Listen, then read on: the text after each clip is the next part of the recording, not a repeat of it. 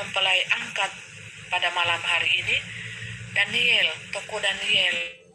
Daniel itu mengapa dia diangkat sebagai nabi Tuhan, sebagai nabi pelihat, ya, sebagai nabinya untuk menafsirkan mimpi, punya hikmat yang luar biasa, Bapak Ibu, sebagai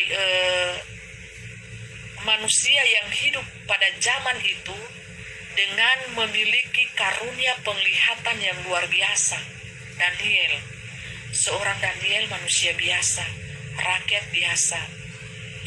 Nah, Daniel ini kebiasaannya sehari-hari dia hanya memakan makanan yang sederhana, sayur-sayuran, buah-buahan.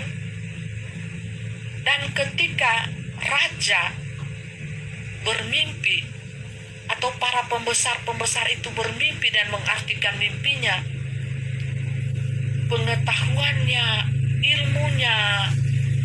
ilmu itu bukan hanya ilmu alam semesta ya, tapi ilmu yang dimiliki Daniel itu spiritual, hikmat ilahi yang tidak bisa dimiliki oleh manusia-manusia lain pada umumnya, karena itu spesial. Tuhan kasih hanya kepada satu orang, dua orang di setiap zamannya, itu tidak banyak karunia itu, Bapak Ibu ya, memiliki karunia hikmat ilahi.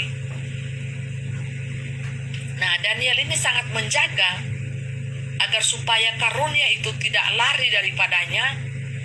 Dia harus menjaga makanannya, karakter hidupnya, pola kehidupannya, kesuciannya, kemurniannya, kebenaran hidupnya. Dia harus jaga di mata Tuhan, Bapak Ibu. Mempelai berpikir dalam suatu saat ketika tadi siang mempelai merenungkan itu, Bapak Ibu, setelah mempelai habis memasak. Mempelai merenungkan di dalam kamar, berdiam diri. Mempelai dapat satu hikmat yang luar biasa daripada kehidupan Daniel. Tiba-tiba muncul tokoh itu di pemikirannya mempelai. Dan mempelai merenungkan seorang yang bernama Daniel pada waktu itu ya, memiliki karunia penglihatan, penafsiran mimpi, penglihatan roh yang luar biasa dan bisa menafsirkan mimpi-mimpi. Nah, tibalah di satu pengertian mengapa Daniel ini tidak suka makanan raja pada waktu itu. Sementara makanan raja yang dihidangkan pada waktu itu, ketika Daniel diundang di kerajaan itu, makanannya sangat mewah, saudara. Minumannya itu anggur, jenis-jenis anggur yang terbaik, namanya raja. Raja, Bapak Ibu, ini yang mengundang. Tetapi Daniel dengan sopan menolaknya. Sampai pelayan-pelayan itu ketakutan dengan penolakan Daniel ini. Jangan-jangan kami akan disalahkan oleh raja.